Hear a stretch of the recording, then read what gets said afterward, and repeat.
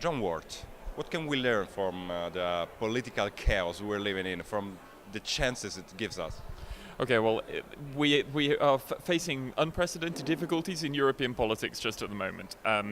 We have to acknowledge that the traditional party political mainstream is not going to recover, and we have to work out what's going to happen as a result.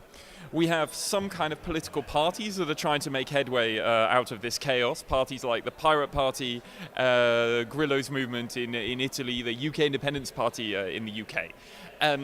Out of all of that, the traditional mainstream versus these insurgent movements, what can we learn?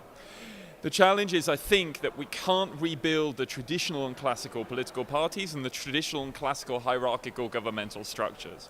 So what I'll be saying in my presentation here at State of the Net is to try to apply the techniques that NGOs have been using online campaigners have been using over the years, which is building horizontal peer networks online and trying to apply those offline.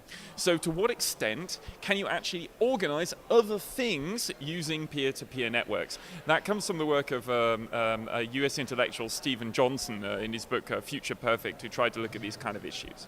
To what extent can you organize a school, for example, or a hospital by using those horizontal networks? Now, of course, you might be able to organize your school more efficiently. It might be able to do different schooling. It might be able to offer some of those kind of alternative solutions. But what happens if something goes wrong? What is the limits? What and where in Europe, and this is another important question that I'm kind of trying to draw out, is where does the limit of the state end and where does whatever other alternative solutions start?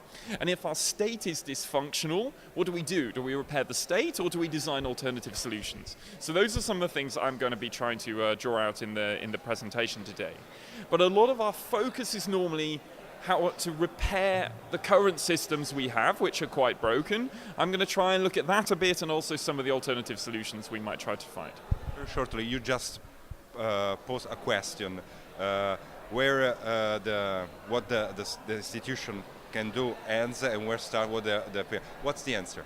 Well, there's no simple, clear answer to that, I'm afraid. If I knew that, then I would be able to answer this. This is the major question for the future is.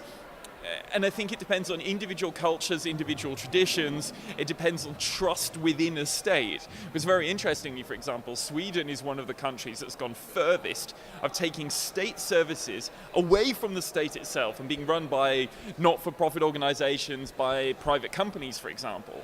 But you can do that reasonably easily in Sweden because it's already a very egalitarian country.